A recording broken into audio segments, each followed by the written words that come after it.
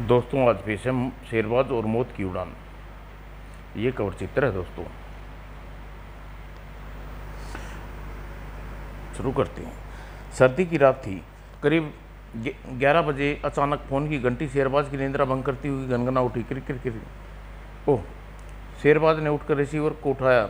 Hello, Sherbaz speaking. Sherbaz, मुझे तुम्हारी मदद की ज़रूरत है। मेरी जान खतरे में है। फ़ौरन फ़ौरन मेरे बंगले पर आओ। आप कौन बोल रहे हैं और आपको किससे खतरा है? कोठी number 11 explain road. Hello hello. लेकिन दूसरी तरफ से उत्तर देने की बजाय चिंगालने की आवाज़ आई। लगता है फ़ोन करने वाले की जान सचमुच खतरे में पड़ चुकी है। मुझे फ़ौरन ही जाना पहुंचना चाहिए। यह निश्चित कर शेरबाज थोड़ा तुरंत कपड़े बदले और फिर दिवाकर के लिए मैसेज छोड़ वह तुरंत तेज़ी से अपने निवास पक्षी विहार से निकल पड़ा। और थोड़ी देर बाद, आखिर फ़ोन करने वाला कौन है? कहीं मेरे पहुंचने से पहले हत्यारे उसकी हत्या न करते। और सोचों की दिलडबनी में उलझे शेरबाज ने मोटरसाइकिल जैसे ही एक्सप्लेन रोड पर पहुंची। कोठी नंबर 11। ओह, मैं कितना गहरा सन्नाटा छाया हुआ है इस इलाके में। सड़क पर कहीं कोई इंसान तो क्या आवारा कुत्ता भी नज़र नहीं आ रहा। पता नहीं, यही बताया था। यह कोठी का उजाड़ नज़र आ रही है। बेवकूफ़ बनाने की कोशिश तो नहीं की गई। खैर, अब तो आ ही गया हूँ तो बिना छानबीन करे वापस नहीं जाऊँगा। और यानी चक्कर शेरबाज ने मोटरसाइकिल स्टैंड पर खड़ी करी कि अचानक खतरा। और दूसरे ही पल गिरने के साथ ही शेरबाज ने एक एक्शन अपना रिवॉल्वर निकाला और खिड़की पर निशाना करके फायर किया था। और परिणाम स्वरूप उधर गोली निशाने पर लगने पर अभ्यास मिलते ही शेरबाज ने संभला और कुशाल नट की भांति सोए लोहे की फाटक पर छलांग लगा दी। कोठी में दाखिल हो गया और फिर जल्दी ही, हाँ, यही है वह आदमी जिसने धोखे से मुझे यहाँ बुलाया था। लेकिन यह आदमी कौन है? मेरी जान क्यों लेना चाहता था? तभी प्राण इतना शक्तिशाली था, शेरबाज अपने होश कायम न रख सका। जैसे ही होश पर बेहोश हो फर्श पर गिरा, दो आकृति अंधकार में प्रकट हुई। अब शेरबाज हमारे कब्जे में है। फिर दलाल हमें शेरबाज को ले जा रहे हैं। तुम बाकी काम निपटा कर डॉक्टर हेडक्वार्टर पहुंचो। Yes madam. तुरंत ही दूसरे आदमी ने शेरबाज के बेहोश शरीर को उठाकर कंधे पर लाद लिया और स्त्री के साथ चल दिया। और लगभग 2 घंटे बाद शेरबाज को होश आया। ओह, यह कमरा हिल कैसे रहा है? लगता है जैसे किसी जहाज के कैबिन में हूँ। लेकिन मैं यहाँ कैसे पहुँचा? फिर शेरबाज ने की सोचूं। कोठी नंबर 11 के सिर पर अज्ञात हमले की घटना होती चली गई हूँ तो यहाँ दुश्मनी और भी आदमी मौजूद थे। कदमों की आहट सुनकर शेरबाज ने सोच भंग हो गई। खट खट खट खट। थोड़ी देर बाद, ओह, तुम्हें होश आ गया। तुम क्या समझते हो मुझे ज़िंदगी भर होश नहीं आएगा? गुस्सा क्यों होते हो?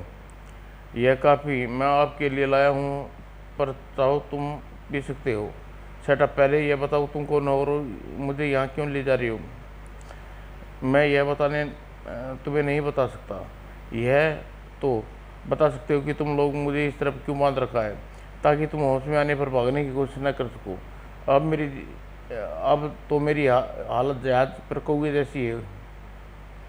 भागकर मैं चाहूँ तो भाग भी कहाँ जाऊँगा? तुम ठीक कहते हो। यहाँ से भाग पाना तुम्हारे लिए मुश्किल है। चारों तरफ पानी ही पानी है।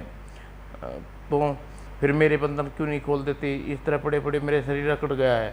मैं तुम्हारे बंधन खोल देता, पर मुझे याद रखो, तुमने अगर चालाकी दिखाई नहीं कोशिश की तो अंजाम बुरा होगा। इतना कह आदमी ने मग एक तरफ रख दिया और बोला, भरोसा रखो, हम तुम पर कोई तकलीफ नहीं देना चाहते, न ही तुम्हें कोई नुकसान पहुंचाना चाहते हैं। बस एक बार बंधन खुल जाए फिर तुम्हें बताएगा शेरबाज अपनी मर्जी के खिलाफ कहीं जाना नहीं। बच्चों का खेल नहीं है। जल्दी ही नाटा आदमी शेरबाज के बंधन मुक्त कर कर काफ़ी का मग उसकी तरफ बढ़ाते हुए बोला, आराम लो, काफ़ी पियो, कुछ आराम मिलेगा। आराम तो मेरे लिए आराम हो मूर्खों। कहने के साथ ही शेरबाज ने पैर बिजली की तेजी से हरकत की और अगले ही पल आदमी संभल पाता।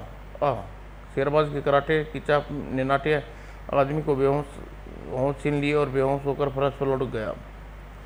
शेरबाज पल गवाए बिना कैबिन से बाहर निकला। थैंक गॉड रास्ता साफ है और यहाँ तट से ज़्यादा दूर नहीं है। फिर वह बिना किसी परेशानी के डेक पर पहुंचा और डेक पर किसी को न देख शेरबाज की भौं से खिल गई और वह रेलिंग की तरफ लपका, लेकिन अभी वह रेलिंग पर चढ़ भी नहीं पाता, समुद्र में छलांग लगाने वाला था। ओह! फिर कड़ाक, लेकिन फर्श पर गिरता हुआ शेरबाज कलामुंडी खाता उछल खड़ा हुआ। ओह! पहलवान जैसी औरत कहाँ से आ टपकी। Cup coffee come naughty boy come on come on naughty boy come on. Oh! It lady is get ready. कहने के साथ ही शेरबाज ने हवा में उछला और हा हा, और शेरबाज तुरंत ही संभल पा। ढिशूं आह!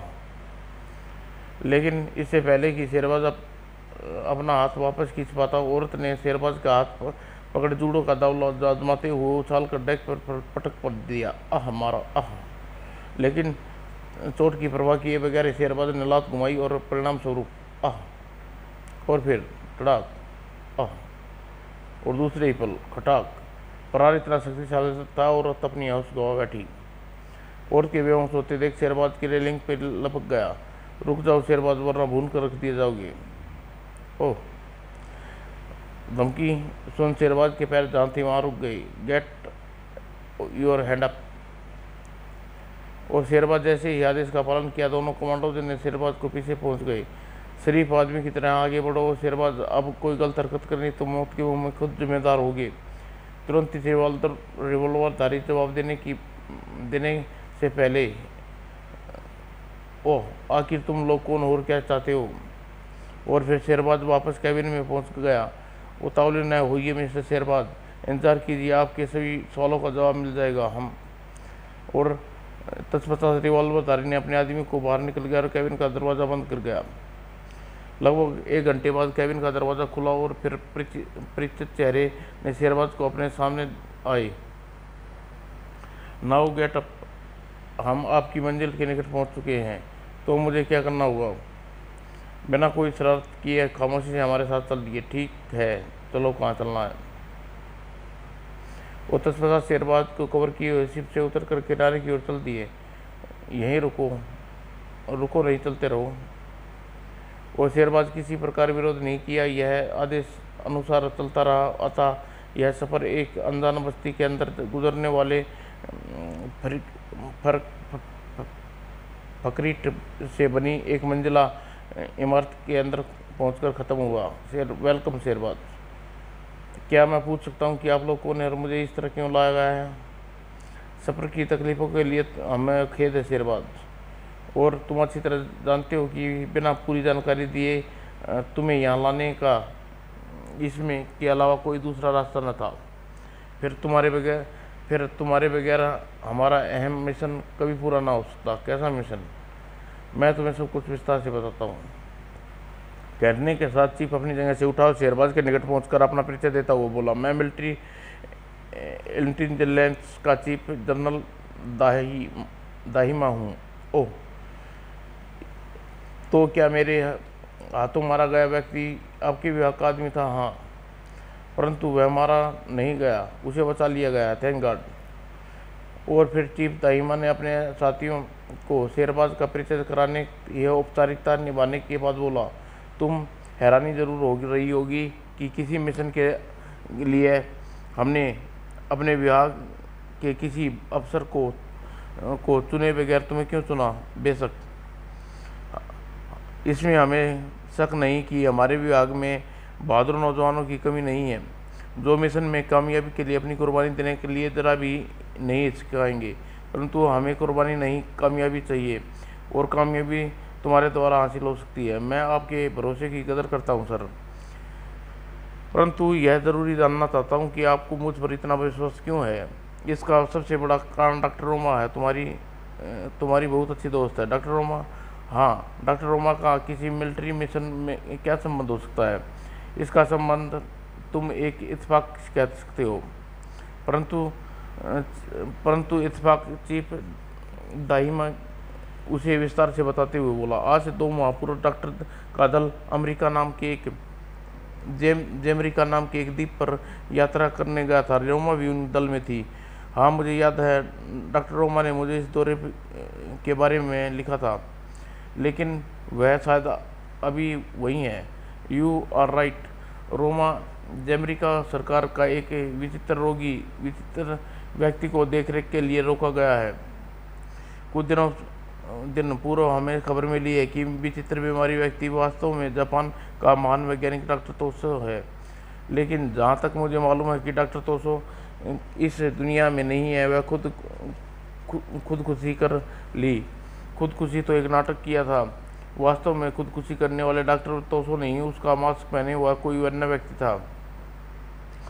यह तो VIS की एक चाल थी। डॉक्टर तोसो की मृत्यु साबित करने पर CIA ने बड़ी खूबसूरती से उसका अपहरण कर अमेरिका पहुंचा दिया। ओह, यह तो तुम जानती ही होगी कि अमेरिका में एक आज़ाद मिलिट्री शासन है। अमेरिका एक आज़ाद मिलिट्री शासन है। उस देश के होते हुए CIA के चुंगल में है।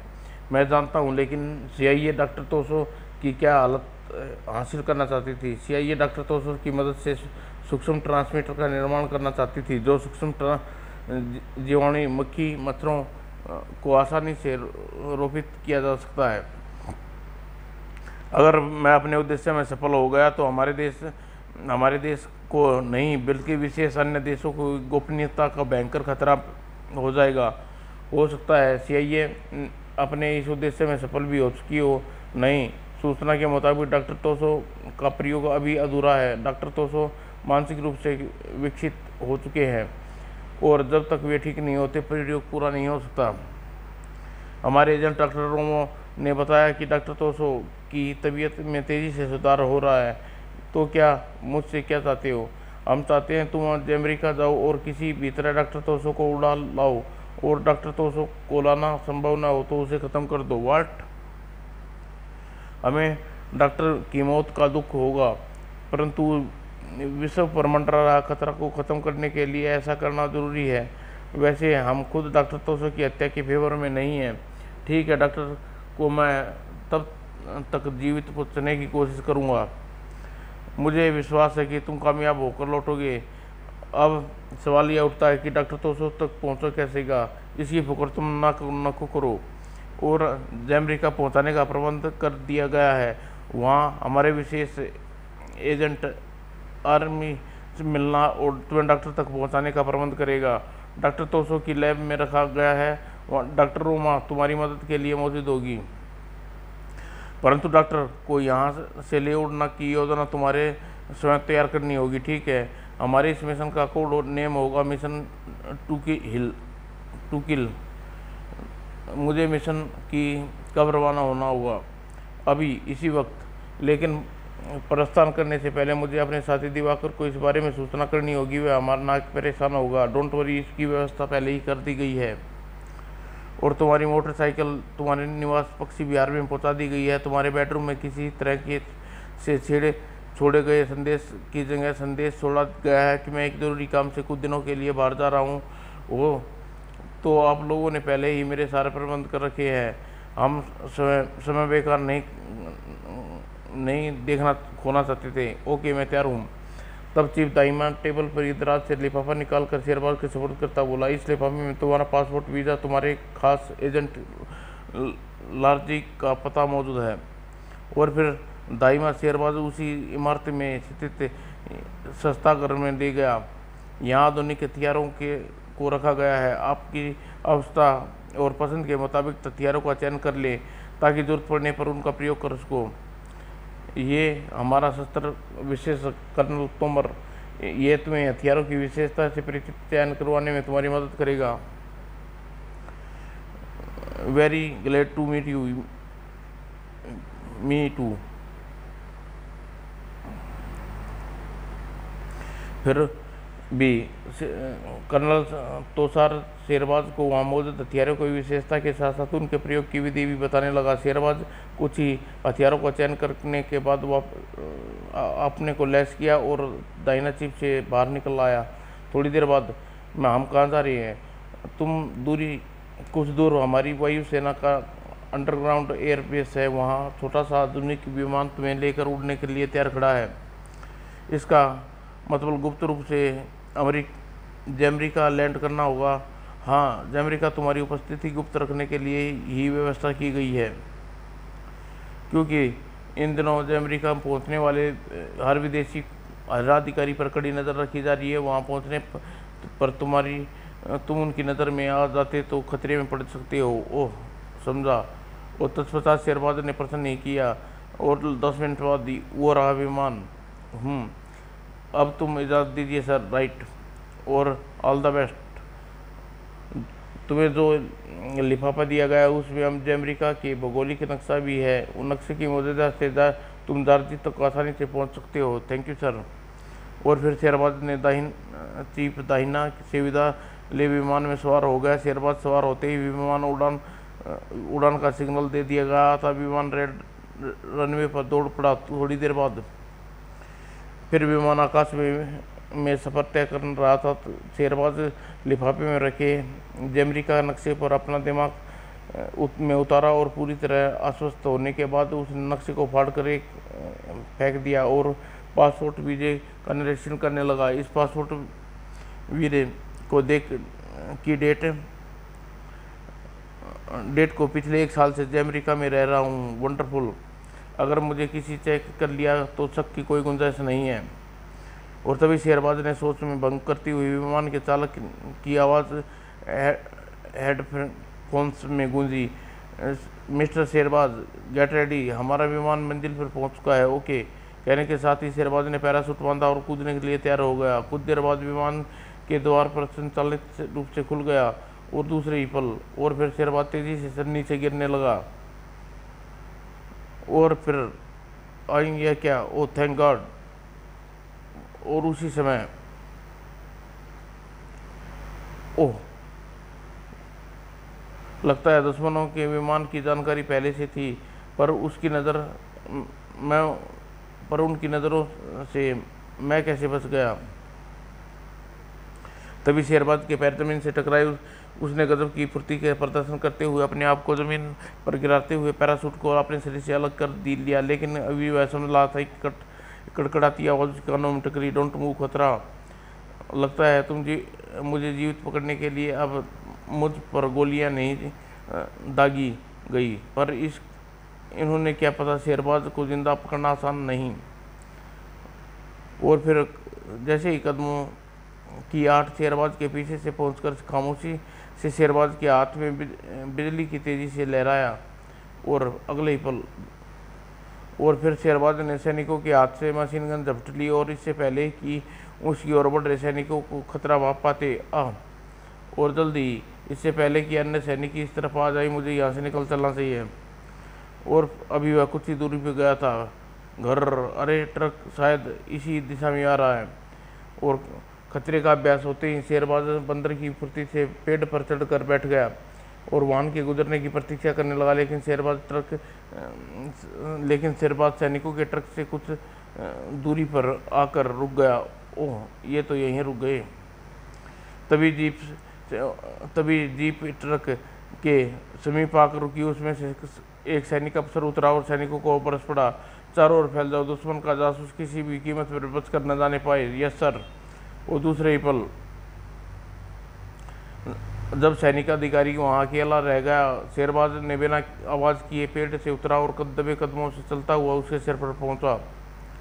और फिर शेरबाज ने समय नहीं गंवाया और फिर अफसर बेदम होकर शेरबाज जीप पे लपक कर जीप में सवार हो गया और कुछ ही पलों बाद और सुरक्षित स्थान पर पहुंचकर शेरबाज ने जीप को ठिकाने लगा दिया। और फिर शेरबाज पैदल स्टेशन की ओर चल पड़ा। जब स्टेशन पहुंचा तो दिन चढ़ चुका था। निश्चित स्थान पर का टिकट खरीद शेरबाज ने प्लेटफार्म पर जा खड़ा हुआ। थोड़ी देर बाद ट्रेन आकर रुकी। शेरबाज ने मन में भगवान का शुक्रिया अदा करते हुए अपने सामने कंपार्टमेंट की तरफ बढ़ गया। ऐसा व्यक्ति ने दरवाज़ा शेरबाज की नज़रें जिसके मिलने की उम्मीद शेरबाज ने अपने सपने में भी नहीं सोचा था। What Sherbaz here? Oh, I C.